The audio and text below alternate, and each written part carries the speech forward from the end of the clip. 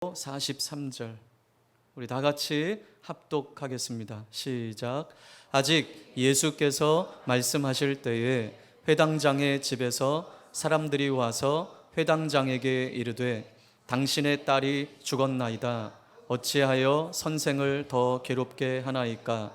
예수께서 그 하는 말을 곁에서 들으시고 회당장에게 이르시되 두려워하지 말고 믿기만 하라 하시고 베드로와 야고보의 형제 요한 외에 아무도 따라옴을 허락하지 아니하시고 회당장의 집에 함께 가사 떠드는 것과 사람들이 울며 심히 통곡함을 보시고 들어가서 그들에게 이르시되 너희가 어찌하여 떠들며 우느냐?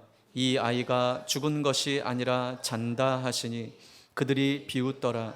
예수께서 그들을 다 보내신 후에 아이의 부모와 또 자기와 함께한 자들을 데리시고 아이 있는 곳에 들어가사 그 아이의 손을 잡고 이르시되 달리다금 하시니 번역하면 곧 내가 네게 말하노니 소녀야 일어나라 하심이라. 소녀가 곧 일어나서 걸으니 나이가 12살이라.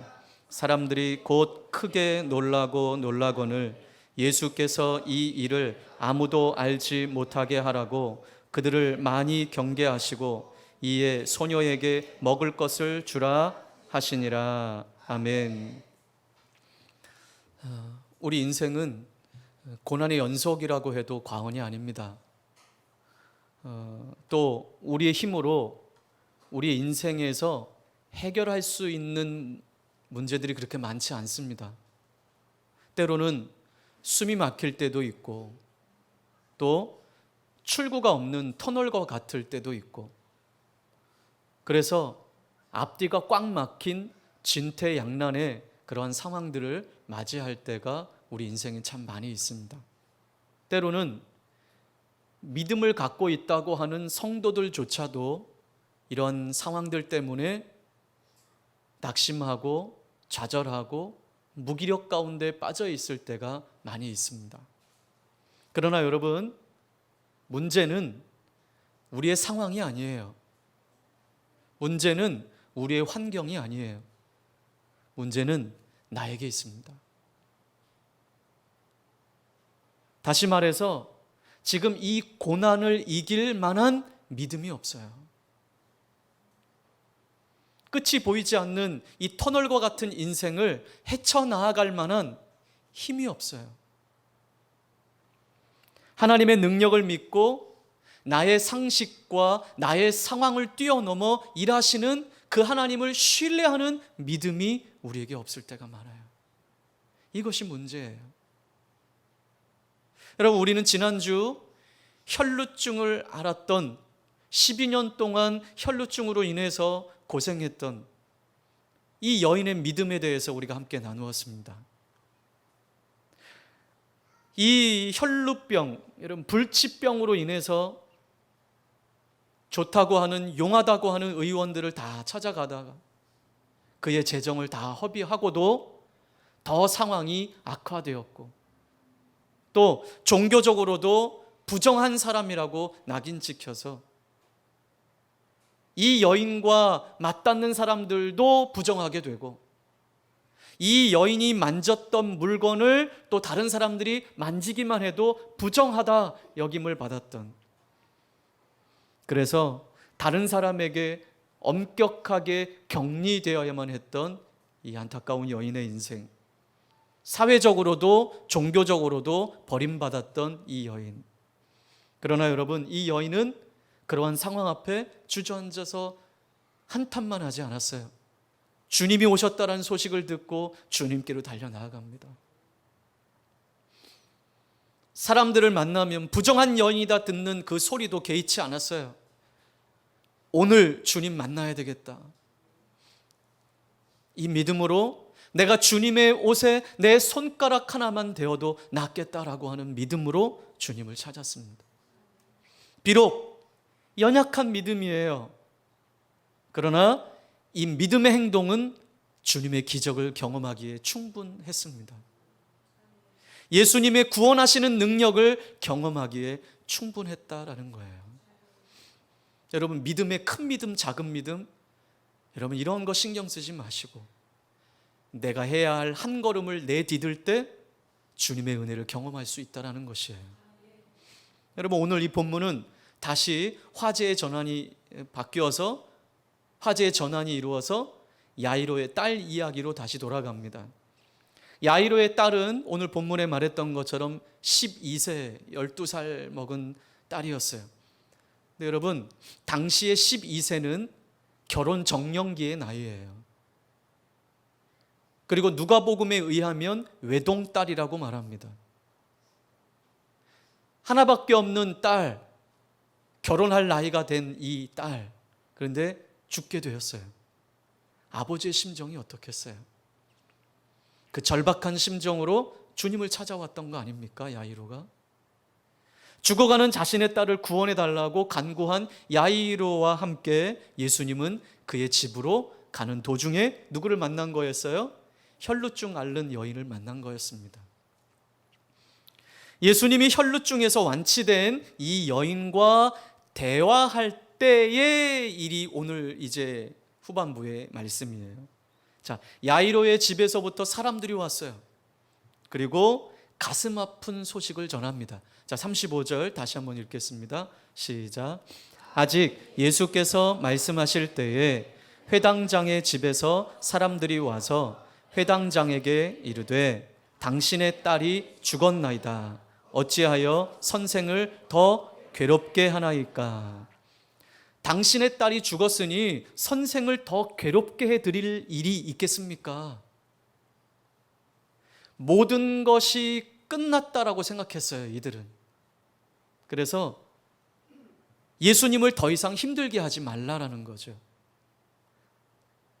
다시 말한다면 예수님 올 필요가 없습니다. 이제 다 끝났습니다. 여러분, 이 야이로의 딸이 죽었다라고 하는 소식을 전하는 전갈자들의 마음에는 예수님이 할 수 있는 일과 할 수 없는 일이 있다고 이미도 단정지고 전제하에 이러한 이야기를 한 것이죠. 여러분, 혹 우리들 마음 가운데도 이러한 마음이 있는 것은 아닙니까? 아, 이 문제는 주님도 어찌할 수 없을 거야. 우리 스스로가 구분짓는 일들이 참 많아요. 오늘 이 전갈자들이 그랬습니다. 그러나 예수님은 그들이 말한 것에 전혀 개의치 않으시고 야이로에게 오늘 이렇게 말씀하십니다. 36절에 뭐라고 말씀하십니까? 두려워하지 말고 믿기만 하라. 두려워하지 말고 믿기만 해라. 여러분, 혈루증을 앓는 그 여인이 몰래 주님의 뒤편에 와서 주님의 손가락을 댄 그 사실 앞에 주님이 어떻게 하셨습니까? 그 모든 공동체에서 그 모든 무리 앞에서 그 여인의 믿음을 높여주신 것이라고 지난주에 같이 나누었습니다. 다시 말해서 그 여인을 칭찬했어요. 근데 여러분, 오늘 이제 이 야이로에게 두려워하지 말고 믿기만 하라라고 말씀하신 이 주님의 말씀은 중요해요. 오늘 이 이야기 하는 거예요. 혈루증 앓는 여인의 그 믿음을 칭찬하셨던 주님이 이제 예수님은 야이로에게 그의 믿음을 계속 유지할 것을 격려하는 말씀이에요. 여러분, 야이로에게 어떤 믿음이 있었습니까? 자, 우리 다시 22절, 23절로 가서 보겠습니다. 야이로에게 어떤 믿음이 있었습니까? 시작.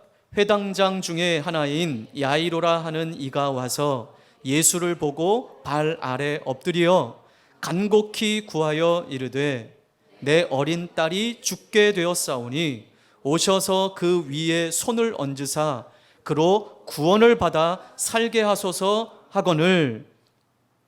야이로가 예수님께 찾아와서 고백한 이 고백을 이미 우리는 나누었어요. 자, 야이로에게는 어떤 믿음이 있었습니까? 내 어린 딸이 죽게 되었는데 주님이 오셔서 이 죽게 된 내 딸에게 손만 얹으시면 낫게 될 것을 내가 믿습니다.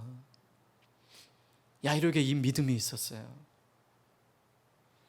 그런데 여러분, 야이로의 딸이 어떻게 됐어요? 죽었어요. 여러분, 고친다라고 하는 것은 살아있는 것을 전제해요. 그런데 딸이 죽었어요. 모든 상황적으로는 끝난 거예요. 고칠 수가 없어요.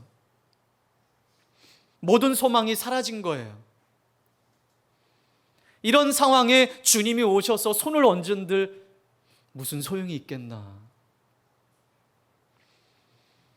이런 낙심하고 절망할 수 있는 상황에서 예수님이 뭐라고 말씀하십니까?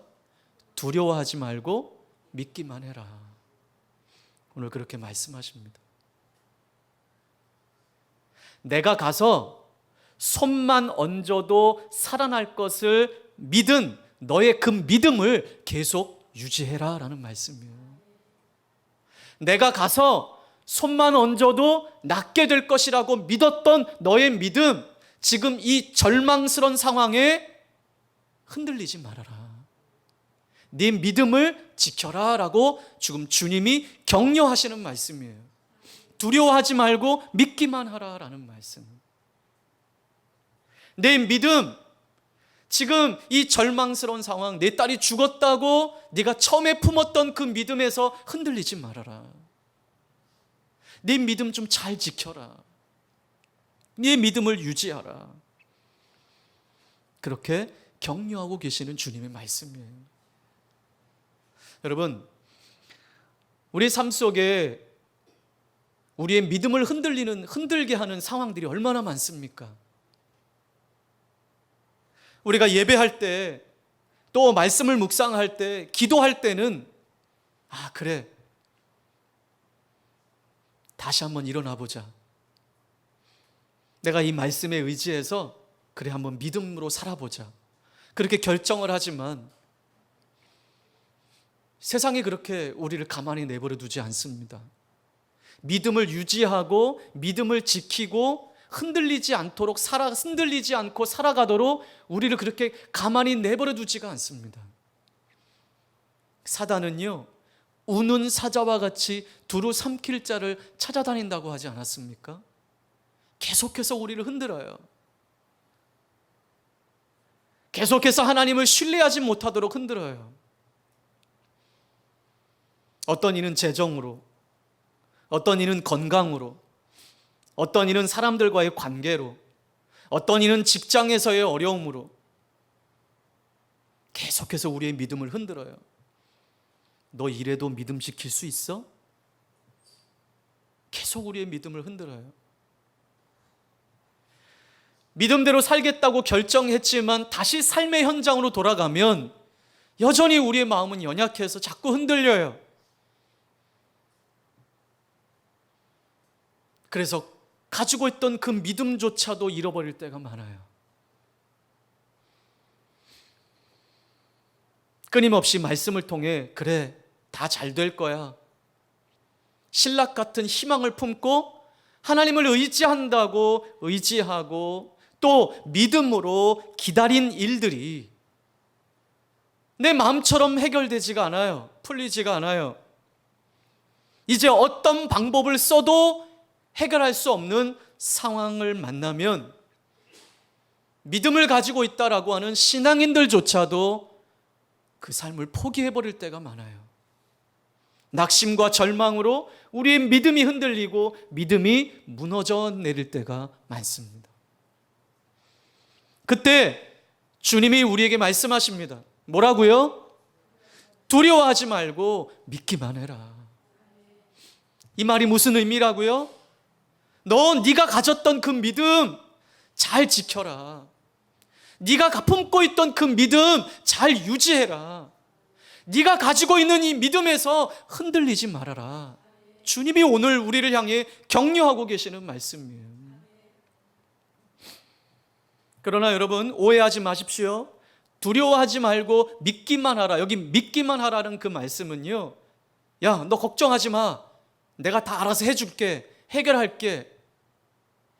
내가 원하는 방법대로 해결해 줄게라는 말씀이 아니에요. 주님의 뜻대로 해결하시겠다라는 거예요. 여러분, 우리가 어떨 때 가장 마음이 어렵습니까?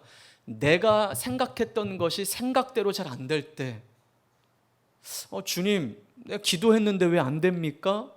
이럴 때 힘든 거죠. 근데 주님 말씀하세요. 야, 내가 이룰 거야. 근데 네 생각대로가 아니라 내 뜻대로 이룰 거야. 여러분, 이거 신뢰하시길 바랍니다. 내가 원하는 대로 해주시겠다라는 말씀이 아니에요. 그래서 정말 믿음을 가지고 있는 사람들은 내가 원하는 대로 되어지지 않는다 할지라도 그때 우리는 예배할 수 있어야 합니다. 취업에 실패해도 맨 앞자리 나와서 감사함으로 예배할 수 있어야 하고요. 대학에 떨어져도 맨 앞자리에 나와서 감사함으로 예배할 수 있어야 해요. 왜? 지금 나는 이것밖에 보지 못하지만 주님은 더 멀리를 보고 계시는 분이시고, 그래서 지금 당장은 취업이 안 되고 떨어져고 대학에 떨어졌어도 하나님은 나에게 다른 계획이 있으실 거야. 이 믿음으로 감사함으로 예배할 수 있는 그 믿음, 이 믿음 지키기를 주님의 이름으로 축복합니다. 두려워하지 말고 믿기만 하라, 이 말씀은요, 믿음과 두려움은 공존할 수 없다라는 거예요. 믿음도 있고, 그래, 난 믿음은 있어. 근데 상황이 너무 힘들어, 두려워. 있을 수 없다라는 거예요. 믿음과 두려움은 공존할 수 없어요. 내가 여전히 상황이 힘겹고 두렵다면 나에게 믿음이 없는 거예요. 믿음이 있다라고 하는 것은 두려워하지 않는다라는 거예요. 그래서 주님이 두려워하지 말고 믿기만 하라 말씀하십니다. 야이로야, 전갈자들이 와서 내 딸이 죽었다고 하는 소식에 개의치 말고 너의 믿음을 유지했으면 좋겠구나. 처음 나를 찾아와서 나에게 고백했던 그 고백대로 네가 믿었으면 좋겠구나. 흔들리지 말아라, 야이로야. 그렇게 말씀하신 주님이 오늘 내 이름을 불러가며 말씀하시는 거예요. 아무개야, 흔들리지 말아라. 너 지금 상황 때문에 처음에 품었던 그 마음, 다시 시작하고 싶었던, 다시 시작하겠다고 결정했던 그 마음에서 흔들리지 말아라. 내가 다 알고 있다. 어떤 소리에도 귀 기울이지 말고 내 음성에만 귀를 기울여라. 모두가 끝났다고 하는 그 순간이 곧 내가 일할 때다. 여러분, 세상이 다 끝났다고 하는 그때 곧 주님이 일하실 때입니다. 우리의 믿음을 유지하기 힘들 정도로 절망적인 상황이라고 해도 믿음을 지키고 흔들리지 않을 때 우리는 주님의 기적을 경험할 수 있을 것입니다. 자, 이제 예수님은 그 전갈자들의 소식 그거 상관없어요. 예수님을 따르던 모든 무리를 뒤로 하고 베드로와 야고보와 요한만 데리고 야고보의 집으로 향하십니다. 자, 예수님이 야고보의 집에 이르렀을 때 야이로의 집에 가보니 죽은 소녀로 인해서 소란스러워요. 자, 38절에 이렇게 묘사합니다. 시작. 회당장의 집에 함께 가사 떠드는 것과 사람들이 울며 심히 통곡함을 보시고, 네, 여기 소란스럽다라는 의미, 원문에 보면 소란스럽다는 의미예요. 여러분, 우리 예전에 그런 모습 보신 분이 있는지 모르겠어요. 예전에 이제 상이 나면 우리나라에는 이렇게 상주가 이렇게 배 옷 입고 머리에 쓰고 배 쓰고 지팡이 이렇게 짚고 아이고 아이고 아이고, 그다음 이제 누가 이제 조문이 오면 그 곡이 더 커지죠. 아이고 하다가 누가 오면 아이고 아이고. 보신 적 있으세요? 저 우리 할머니 돌아가셨을 때도 그렇게 상여 메고 무덤까지 가는, 종치면서. 그런데 우리나라와 같이 당시 유대 관습에도 초상집에 소리를 내어서 곡하는 예식이 있었어요. 통곡하는 예식이 있었어요. 이때 초상집에는 곡을 하는 전문적인 직업을 가진 사람들이 있었어요. 그래서 이러한 사람들을 초청해서 곡을 하는 거예요. 아무리 가난한 집이라도 최소한 한 명의 곡하는 사람은 두어서 초상집에 곡할 수 있는 사람들을 두었다라는 거예요. 자, 야이로의 직업은 무엇이었습니까? 야이로의 직책은 뭐였습니까? 회당장이었습니다.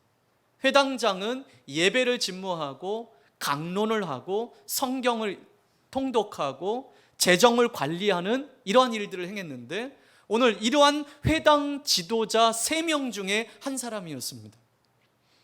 오늘 이러한 일을 행할 수 있는 사람들은 그 지역에서 부유하고 덕망 있는 사람들만 회당장을 할 수 있었어요. 따라서 야이로는 유대 사회에서 꽤 유력한 사람 중에 한 사람이었죠. 때문에 직업적으로 곡하는 사람들의 숫자는 많았을 거예요. 뿐만 아니라 친인척들과 지인들도 많았을 거예요. 이러한 사람들의 울며 통곡하는 소리와 소란스러운 소리로 가득 차 있었어요. 그 상황에 예수님이 들어가셔서 이렇게 말씀하십니다. 39절 시작. 들어가서 그들에게 이르시되 너희가 어찌하여 떠들며 우느냐? 이 아이가 죽은 것이 아니라 잔다 하시니. 어찌하여 떠들며 우느냐? 뭐라고 말씀하세요? 죽은 게 아니라는 거예요. 뭐래요? 잔다. 거기 있는 사람들이 예수님의 말씀에 다 콧방귀를 뀌었어요. 다 비웃었어요. 여러분, 거기 모인 무리들도 이미 야이로가 예수님을 모시러 갔다는 사실 다 알고 있어요. 그리고 예수님에 대한 소문도 들었어요. 그분이 어떤 분이시라는 거. 그런데도 비웃었다라고 하는 것은 이들의 마음속에는 아까도 이야기했지만 그분의 능력이 살아있는 사람들에게 해당된 것이지 이미 죽은 사람에게 무슨 소용이 있겠어. 그런데 죽은 게 아니고 잔다고? 비웃는 거예요. 그리고 예수님이 향해서 저분은 무슨 능력이 있다고 하는데 죽은 사람 산 사람도 구분을 못하나 봐. 이에 예수님은 그들을 다 내보내셨어요. 그렇게 비웃는 무리들을 다 내보내셨어요. 아이의 부모와 함께 제자들만 데리고 아이 있는 곳으로 들어가셨어요. 예수님은 소녀를 살리시기 전에 왜 이들을 다 내보내셨을까요? 저 같으면 그 비웃는 무리들 향해서 똑똑히 봐, 똑똑히 봐, 다 들어와. 그냥 멋있게 그냥 하나님을 향해서 그렇게 했을 텐데 왜 주님 그냥 다 내보내셨을까? 때론 여러분, 기적이라고 하는 것은 믿지 않는 자들의 호기심은 자극할 수 있어요. 그러나 그 기적이 주님을 믿게 하지는 못해요. 우리 생각으로는 막 기적을 막 보여주면 사람들이 다 예수 믿을 것 같은데 그렇지 않아요. 기적을 보고 회심하는 경우는 많지 않습니다. 사람의 마음을 변화시키는 건 오직 하나님의 말씀밖에 없어요.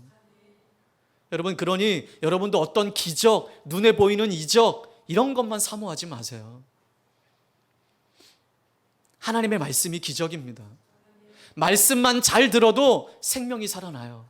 말씀만 잘 들어도 우리 육체의 질병은 떠나가요.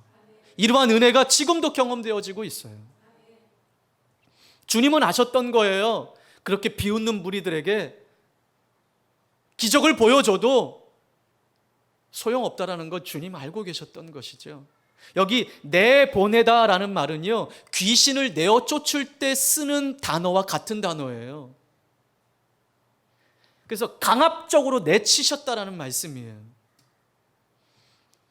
울며 곡하는 자들이 그렇게 빨리 남을 비웃는다? 이런 것을 보아서 그들의 곡은 진심이 아닌 곡이에요. 진심의 슬픔에서 우러나오는 곡하는 것이 아니에요. 단지 직업적인 것에 불과했던 것이죠. 영적인 지각력이 없던 그들은 이런 아름다운 예수님의 기적을 경험할 자격을 잃고 만 거예요. 여러분, 예수님이 베푸시는 기적은 믿는 자들을 위한 것이에요. 믿음이 없고 비웃는 자들의 것이 아니에요. 똑같은 하나님의 말씀이 오늘 선포되어지고 홍수와 같이 이 땅에 하나님의 말씀이 선포되어지지만 진짜 기적과 진짜 하나님의 능력은 그 말씀을 믿음으로 취하는 자들의 것이에요. 하나님의 은혜는 싸구려가 아닙니다. 믿지 못한다고 나가! 이게 주님의 행위셨습니다. 믿지 않는 자들을 위한 것이 주님의 기적이 아니에요. 자, 예수님은 소녀의 손을 붙잡고 뭐라고 말씀하십니까? 달리다금. 무슨 말씀이에요? 소녀야 일어나라 라는 아람어예요. 그러자 그 소녀가 어떻게 했습니까? 곧 일어나 걸었습니다. 소녀가 살아나자 옆에 있던 부모와 제자들은 깜짝 놀랐어요. 그 놀람을 오늘 42절은 이렇게 표현하죠. 크게 놀라고 놀라거늘. 크게 놀라고 놀라거늘. 여러분, 여기서 이렇게 표현한 것은 놀랍다라고 하는 최고의 히브리식 표현이에요. 단순한 놀람이 아니라는 거예요. 황홀지경에 빠져서 마치 넋이 빠진 듯한 상황을 지금 말하고 있는 거예요. 막 너무 놀라서 턱이 막 우리가 너무 놀라면 말도 못 하잖아요. 지금 그런 상황이라는 거예요. 왜냐? 이들이 경험한 이 기적, 이들이 놀란 이유는 죽은 자가 살아난 거 아니겠습니까? 초자연적인 기적을 경험한 거예요. 예수님은 죽은 야이로의 딸에게 생명을 불어넣어서 살아내셨습니다.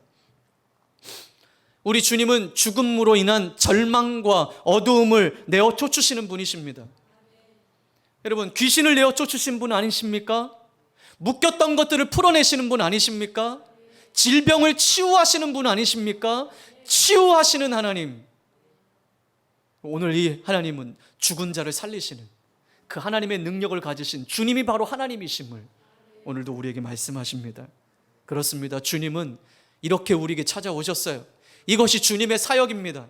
생명과 빛으로 우리에게 찾아오셨어요. 억눌린 것들을 풀어내며 묶인 것들을 풀어내며 고치시고 치유하시고 생명을 주시는 그 주님의 능력을 경험하는 자들이 되기를 바랍니다. 여러분, 이 마가복음을 통해서 여러분 이 은혜가 우리 가운데 있길 바라요. 우리 교회 가운데 흘러넘치길 바랍니다. 오늘 이 혈루증 걸린 여인과 야이로 딸을 고침을 받는 이 이야기를 통해서 공통적으로 우리에게 말씀하시는 말씀은 믿음의 이야기예요. 우리에게 믿음을 요구하고 계신다라는 것입니다. 믿음을 높이 칭찬하고 계신다라는 거예요. 낫고자 하는 간절함을 우리 주님은 귀하게 여기시고 그 여인을 고쳐주셨어요. 중요한 건 예수님께 나와 고쳐달라고 도와달라는 그 믿음의 행위인 것입니다. 이 믿음은 사회적 지위나 영향력, 부유하거나 가난하거나 상관없이 누구나 가질 수 있는 믿음이에요.